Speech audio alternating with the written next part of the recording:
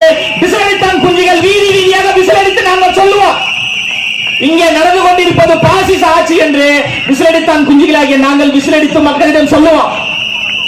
பெண்களுக்கு பாதுகாப்பு இல்லாத அயோக்கியத்தனமான ஆட்சி என்று, திமுக ஆட்சி என்று விசிலடித்தான் குஞ்சுகளாகிய நாங்கள் சந்து பந்தெல்லாம் விசிலடித்து திமுகவினுடைய முகத்திரையை நாங்கள் கிழிப்போம்.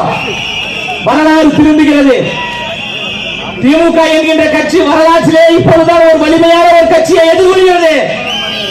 அதனால்தான் நமக்கு நெருக்கடிகள், அழுத்தங்கள் வருது. போஸ்டர் கிழிக்கிறாங்க, பேனரை கிழிக்கிறாங்க, சுவர் விளம்பரத்தை அளிக்கிறார்கள். அதெல்லாம் உங்களால பண்ணிட முடியும். 8 கோடி மக்களுடைய இதயத்தில் இருக்கின்ற எங்கள் அண்ணன் விஜய் அவர்களே, உங்களால் என்ன செய்ய முடியும்? என்ன இதயத்தை அப்படியே பொழந்து பார்க்க போறீங்களா? எல்லாவற்றையும் எதிர்கொள்வதற்காக, போராடுவதற்காக தமிழக வெற்றி கழகம் தயாராக இருக்கு. திருநெல்வேலி என்பது அவரின் கோட்டை, இவரின் கோட்டை. No no no no. Tirunelveli என்பது தமிழக வெற்றி கழகத்தின் கோட்டை. திருநெல்வேலி என்பது தளபதியின் கோட்டை. அந்த கோட்டையை நாங்கள் கைப்பற்றத்தான் போகிறோம். சென்ட் ஜார்ஜ் கோட்டையில் அண்ணன் அவர்கள் முதலமைச்சராக இருக்கின்ற பொழுது திருநெல்வேலி சட்டமன்ற இந்த தொகுதியிலிருந்து சட்டமன்ற உறுப்பினர் சென்ட் ஜார்ஜ் கோட்டையில் இருப்பாரு.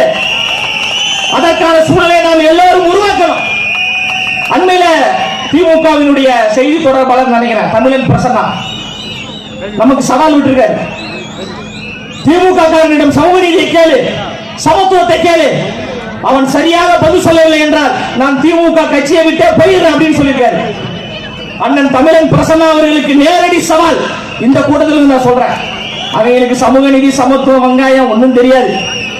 எனக்கு இதுக்கு நீங்க பதில் சொல்லி ஆகணும்.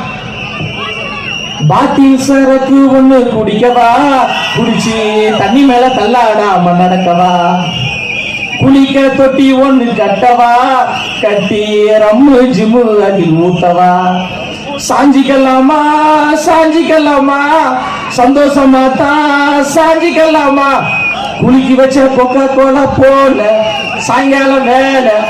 இப்ப நான் என்ன கேக்குறேன்னா, குளிக்கி வச்ச கொக்கா கோலா இந்த பாட்டு திமுகவினுடைய நிகழ்ச்சியில் ஒளிபரப்பப்படுது.